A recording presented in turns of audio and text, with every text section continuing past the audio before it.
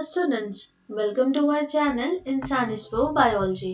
Hope आप सभी अच्छे होंगे और अभी तक हमारे चैनल को सब्सक्राइब भी कर लिया होगा और अगर नहीं करा है तो जल्दी से जाके सब्सक्राइब कर दें। और हम एक और इन्फॉर्मेशन देना चाहते हैं उन स्टूडेंट्स के लिए जो कि एमएससी अभी परस्यू कर रहे हैं और अपने फाइनल ईयर में हैं। तो उनके लिए JNCSR की तरफ से एक इंटर्नशिप की अपॉर्चुनिटी है। तो अगर आपको उससे रिलेटेड इन्फॉर्मेशन चाहिए तो हमारे चैनल पे जाके आप ज़रूर चेक करिएगा, आपके लिए काफ़ी अच्छा रहेगा वो।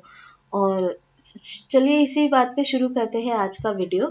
तो जैसे कि कल हमने डिस्कस करा था modern theory of origin of life और उसमें कीमोजेनी, बायोजेनी और कॉग्नोजेनी पढ़ा था। अब हम डिटेल में कीमोजेनी को डिस्कस करने वाले हैं। कीमोजेनी के टोटल 4 फेजेस होते हैं, जिसमें से आज हम पहले के 2 फेजेस जो कि आपका एटॉमिक फेज है और सिंपल इनऑर्गेनिक फेज है वो डिस्कस करेंगे। तो सबसे पहले एटॉमिक फेज की बात करें तो इस समय ये सबसे पहले अर्थ पे जो जहाँ से लाइफ फॉर्म ओरिजिनेट होना शुरू हुआ होगा वो एटॉमिक फेज था। इस फेज में क्या था कि जो भी एटम्स मतलब जो भी गैसेस थी या जो भी एटम्स थे वो अपने एलिमेंटल फॉर्म्स में थे, ठीक है, यानी कि वो कंबाइन नहीं हुए थे। टेम्परेचर उस समय काफ़ी हाई था अर्थ का। उसके साथ ही एटमॉस्फेयर आपका रिड्यूसिंग था, रिड्यूसिंग एनवायरनमेंट था, यानी कि ऑक्सीजन प्रेजेंट नहीं था, ठीक है।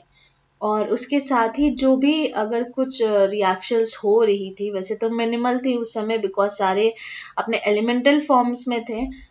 और तो इस वजह से लेकिन फिर भी उस समय जो एनर्जी सोर्स था वो आपका क्या था, लाइटनिंग और यूवी रेज।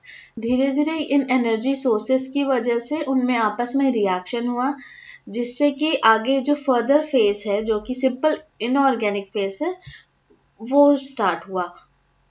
धीरे धीरे टेम्परेचर अर्थ का डाउन हुआ और उसके साथ ही जैसे ही टेम्परेचर डाउन हुआ तो हाइड्रोजन और ऑक्सीजन मिल के वाटर वेपर बना लिया। अब यहाँ पे H2O लिखा है वाले, बट ये लिक्विड फॉर्म में नहीं था, ये वेपर फॉर्म में ही था। और क्योंकि ये वेपर फॉर्म में था आपको कोई अवेलेबल फ्री ऑक्सीजन उस समय नहीं था और इसी वजह से उस समय भी एटमॉस्फेयर आपका रिड्यूसिंग ही था।